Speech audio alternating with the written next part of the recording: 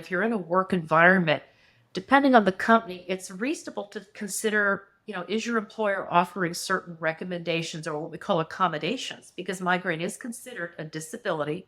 It's recognized by the American Disability Act. So the larger the company, hopefully you have a dark, quiet place you can go. If you have your own personal office space, maybe, lie down in your room, in the dark with an ice pack. Sometimes doing things like not having fluorescent lighting can help.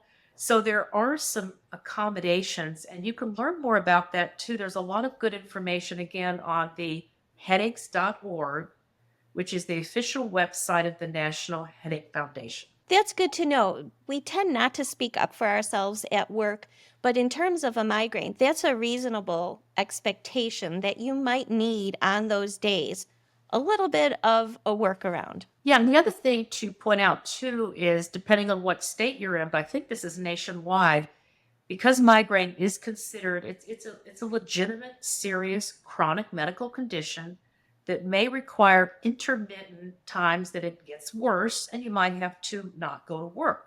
It's one thing to be at work and try to get into a dark, quiet room, but let's say you're missing 1 or 2 days a month of work because of a bad migraine. And, ideally with appropriate treatment, we can help prevent that.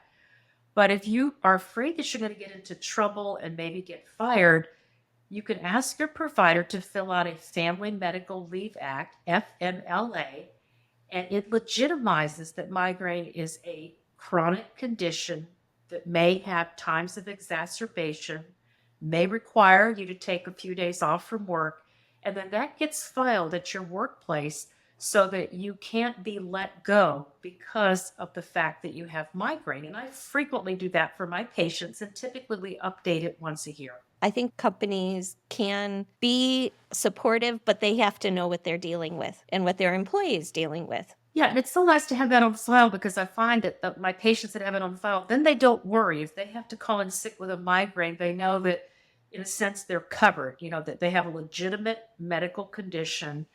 And it's still amazing though, even despite that, so many patients with migraine feel that others at work either think that they're exaggerating their symptoms to get out of work, or in other cases, patients with migraine are minimizing their symptoms or disability because they feel stigmatized.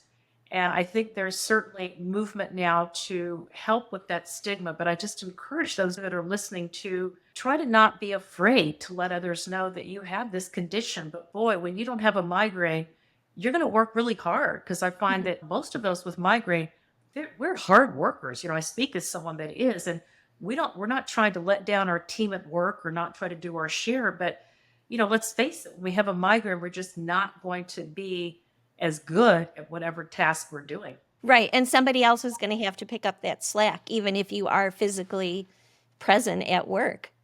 Yes. And again, so hopefully you can be honest. And I mean, we've seen examples of this over the years with people that are really famous coming out. And I know one of the famous people that you may have heard of is Serena, the tennis player. Mm-hmm. And she often is quoted as saying when she would go out on the tennis court, she often had two opponents. One was the other tennis player, but one was her headache, her migraine.